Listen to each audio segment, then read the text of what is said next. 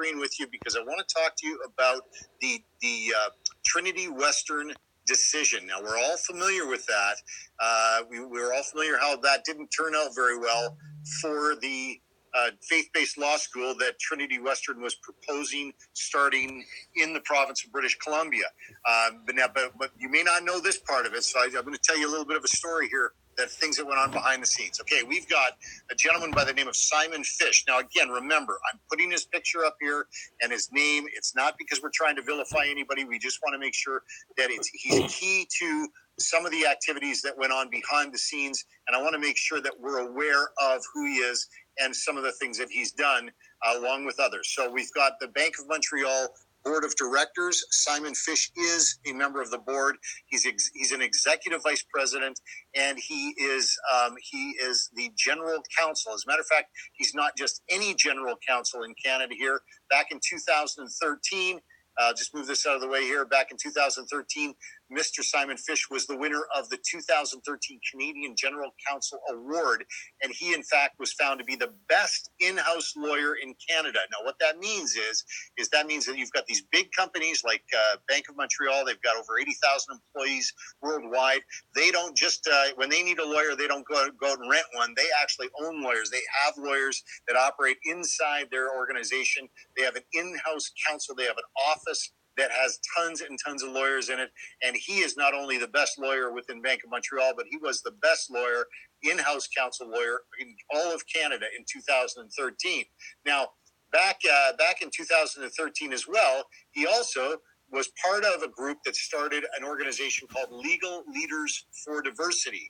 Now, this is a whole bunch of other in-house counsels from a whole bunch of other companies in Canada that got together, and if you see on the bottom there, it says groups like Legal Leaders for Diversity and Inclusiveness are moving diversity in new directions. So that's one of the things that was said about this organization. But remember, it's a group of legal counsels, in-house counsels from over 70 companies and organizations from across Canada. Now, if you look at that list, you're going to see DuPont, BDO. Look, there's the Edmonton Oiler Hockey Club on the top left-hand side. You've got Nexon. You've got CIBC.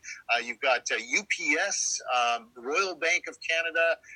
You've got Chevron, where you buy your gas. Kellogg's, the breakfast cereal you eat in the morning. These are big corporations from all across Canada that have general counsels within their organizations. They all got together to form this organization. Now, what do they do? Well, one of the things they did was back in August 16th of 2013, as you'll see in that circle above, that's on Legal Leaders for Diversity letterhead, they wrote a letter to the Federation of Law Societies of Canada and basically expressed their displeasure at seeing a faith-based law school like Trinity Western making their proposal. They took exception with one line that was within their what's called the Community in Covenant document that people were required to sign at Trinity Western University. So they had asked that the Law Societies of Canada actually do not honor their application to establish this law school. They also sent a letter a short time later,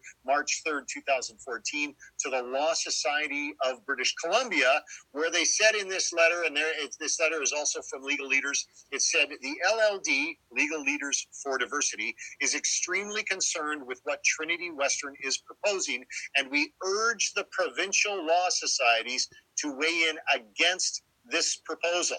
So they also said said that they wanted to have this meeting established where they would be able to lobby the actual law societies and actually go put it to a vote. So on June 10th in 2014, at a special general meeting, this is all of the lawyers with the Law Society of British Columbia, they